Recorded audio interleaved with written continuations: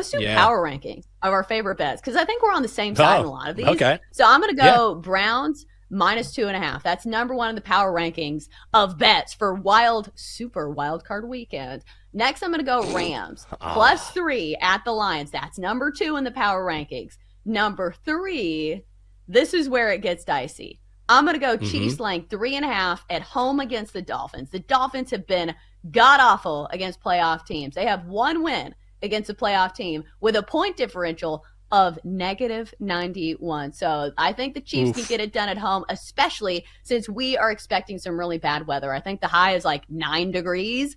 Not great for a warm weather squad. Then number 4, we'll go Cowboys laying 7.5 at home. Just the angle here is they're playing at home. There's a reason this is number 4 all the way down that list. Then we'll go, who should be second to last between the Steelers and the Bills and the Eagles Bucks? Who should I put? God. Who should I put as last? What is the least trustworthy game from a betting perspective this weekend? I think it's the. I'm gonna. Oh God, I don't know. I'm gonna breaking say. Down high. This man is sweating. He's got the shingles all of a sudden. I think the least trustworthy game for me is Eagles Bucks, just because I can make a case for the Bills blowing out the Steelers, especially with T.J. Watt out, especially with the Steelers having a hard time on offense. They don't move the ball against anyone. But Eagles Bucks is a real toss-up because on paper, of course, the Eagles are better. Imagine what this spread would be 3-4 weeks ago. And now you say Eagles laying 2.5? That seems easy. On the road against the Bucks, but the Eagles are playing such bad football right now. To me, that's a game where I don't want to touch that game at all. I have no idea what's going to happen. Especially when conventional wisdom and all of the narratives are pointing towards fading the Eagles. Like, the books see these same videos of the blow-ups on the sidelines as we do. So maybe it's a buy low spot on the Eagles. Baker Mayfield is banged up. I think you're right. That one's the least trustworthy of them all. Chelsa is such a teaser.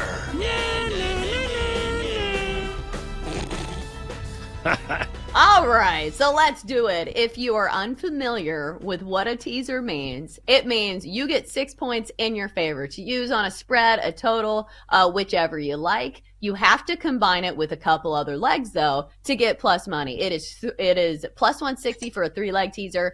I believe it's minus 130 for a 2-leg teaser. And Jenks, I think I'm going to go with a 2-leg teaser this week because I'm having a lot of trouble finding a 3rd leg. Granted, there are not as many games on the slate, but maybe you can talk me in to a 3rd leg on my teaser this week. But let's start with the legs that I really do like. And let's start with my favorite, and that's going to be the Rams getting 9 points. The Rams are getting 3 points in the normal spread. And I think both of us like this game just straight up, just getting the 3 points.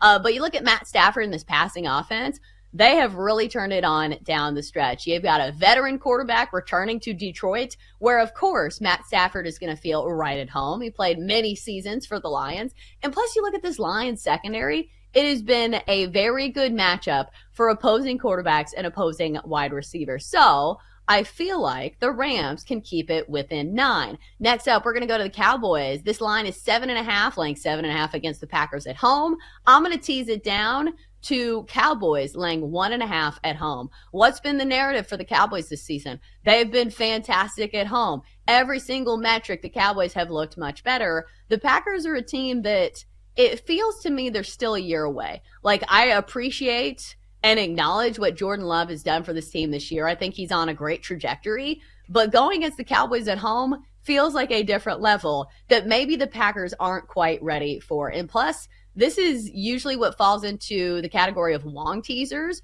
where you go through a lot of key numbers. So over the course of time, long teasers have been really, really successful because you're going through 6, you're going through 7, you're going through 3. Those are key numbers in the NFL, and those are some of the things you try to do when playing teasers. So before I go on to some of the candidates for a 3rd leg, Jenks, do you think either of these teams ruin my teaser? No, I don't. I do not. These are great. I'm all over the Rams. I think the Rams can win outright. I've said that. Love the Cowboys at home. Are you doing 7-point or 6-point? Sorry. 6. My mind is still working. Okay. While you were talking, I was like, okay, I like both of these. So I was trying to find another game that I like to add to your teaser. But I think both of those legs are super strong. Okay, so let's continue brainstorming because I had some trouble because obviously one of the cardinal rules of teasers is that you're not supposed to tease through 0. So if you like the favorites in some of these games where the line is short, like I do like the Browns laying 2.5, but I'm not going to tease through 0 just because, if they lose, there's a good chance they lose by a touchdown, if things get really out of hand in Houston. So I think the prime candidates I was looking at was, it feels like maybe I play something in this Steelers and Bills game, but I can't decide which side to tease. Because if you think the Bills roll here, they are 10-point home favorites. But the problem is the Bills have been kind of untrustworthy as favorites. Barely beat out the Chargers on the road, beat them by 2 points. Barely beat the Patriots at home. I think that game was decided by 6. So, Jenks, do I tease the other side, get the Steelers all the way to plus 16? I don't know. I would rather tease the Bills down. And I know it's to 4, right? So ideally you tease it to 3 and you get the field goal. So that's the one thing I don't necessarily like about teasing the Bills here. However, I just don't see the Steelers keeping up with Buffalo. And now TJ Watt is out, so their best defender is out. And I remember the metrics from earlier this season. It's remarkable the difference that one player can make on either side of the football.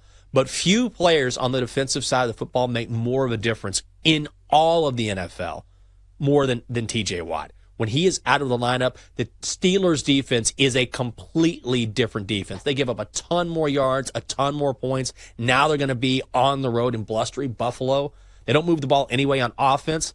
And now their best defensive player is out. This just sets up for the Bills winning at least by 4. Maybe 10 is too much, but I think the Bills can win by a touchdown here, so I would still tease it down to 4. But if you're making a bet today on an NFL future, what are you doing? Let's start with some value plays because usually in the futures market, you're looking for not just the favorites, but for teams that stand an outside chance of actually winning the Super Bowl. So I think if you look further down the list, the two teams that kind of strike my fancy would be the Browns at 33-1 and the Rams at 50-1 to win the Super Bowl. I think we've gone down this road before. I think you take the Rams to win the NFC. I'm sure that number and those odds are very long as well. But as long as they make it to the NFC Championship, there is a chance to hedge this bet. You look at the Rams. They have players who have been there, done that. They have a solid quarterback in Matt Stafford. They've got a really head coach in Sean McVay. They've got a favorable matchup against the Detroit Lions in the first round, a Detroit Lions secondary that's been really generous to opposing quarterbacks. I think it's a great matchup for the Rams here. And then you look at the Browns, who have really come on strong with a veteran quarterback as well. Joe Flacco has been there, done that before. You add that on to a team that's already had an elite defense. Remember the defensive numbers that the Browns were putting up at the start of the season? They were putting up historic numbers. So I think defense always travels. And then you have a quarterback who's not going to be rattled in Joe Flacco. Those are the two long shot teams that I would take a look at. Gosh, I hate it when we're on the same wavelength. Actually, I love it. It's just that now I have to try to not repeat something that you said. But I'm with you. I really like the Rams at 50-1. How can you not put a sprinkle on them? Why not? Nothing to lose. Super Bowl winning head coach. A team that I think has a legitimate chance to beat the Lions outright this weekend in Detroit. I think we both like the Rams and the points. But as weak as that Lions secondary is, why not? Why not? Also, there they are. The Eagles at 13-1. Can you make a case for Philly? It's great value for a team that made the Super Bowl last year. But honestly, I wouldn't be surprised if the Eagles lost to the Bucs this weekend. You talk about teams forging an identity this time of year. Those are the best teams, right? They know exactly who they are. And the Eagles have no idea who who they are. They're just a bunch of guys who have a pedigree based on what they did last year, a ton of talent, and they're completely lost coming off losses to the Cardinals and then the Giants last week. Do you think there's any chance that the Eagles pull it together in time for the postseason? I don't think so. At some point, you have to believe what the season has been telling us all season long.